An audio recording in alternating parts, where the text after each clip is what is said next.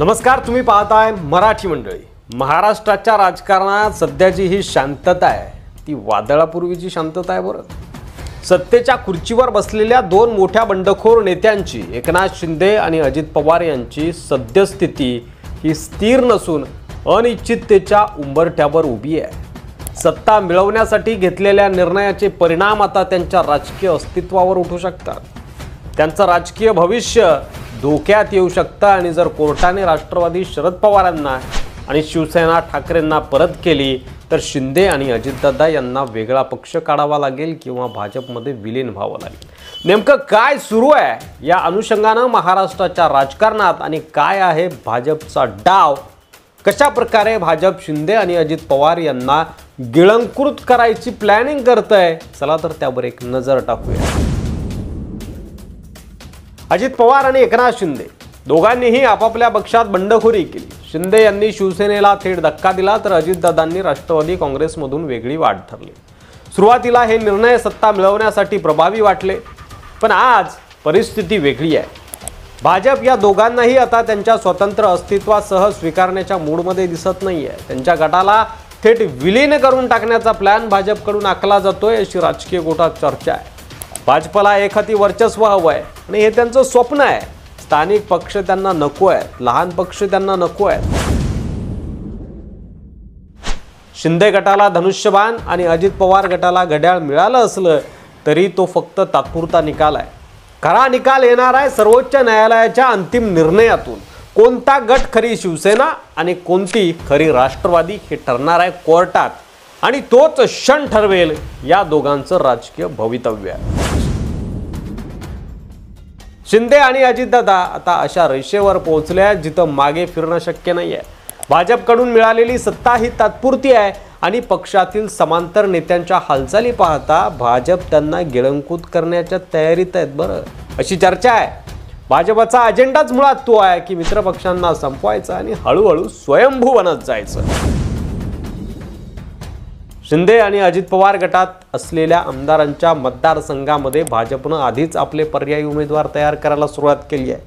काँग्रेस, राष्ट्रवादी आणि इतर गटातील मजबूत स्थानिक नेते भाजपमध्ये घेतले गेले आहेत। ही तर रणनीती भाजपच्या पुढच्या मोहिमेचं गुप्त शस्त्र आहे। शिंदेंच्या ठाण्यात गणेश नाईक, कल्याणमध्ये रवींद्र चव्हाण असे नेते सगळीकडे कामाला लावले गेले आहेत। जिथं जिथं अजित पवार आणि शिंदेंची सत्ता आहे, जिथं जिथं ते मजबूत आहेत, तिथं तिथं भाजप दबा धरून बसलंय आणि योग्य वेळी झडप घालायची तयारी करताय।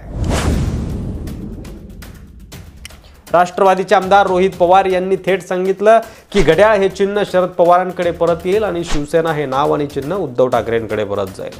हा निव्वळ राजकीय अंदाज आहे का भाजप आणि न्यायालयाच्या हालचालींचा आतला संकेत?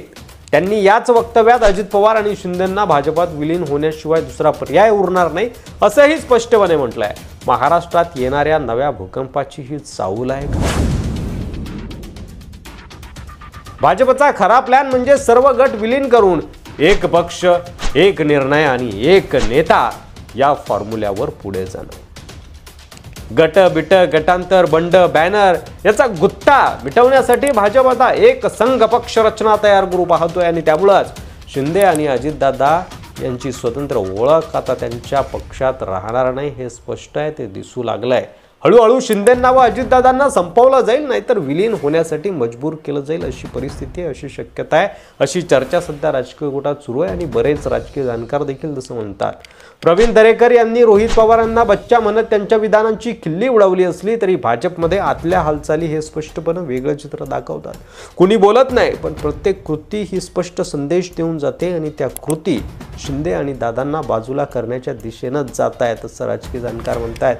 दादा आणि शिंदे आज लढत आहेत, अस्तित्व टिकवून आहेत, पण जर त्यांच्या हातातली सत्ता, चिन्ह आणि ओळख जर गेली तर या लढाईला फारसा अर्थ उरणार नाही।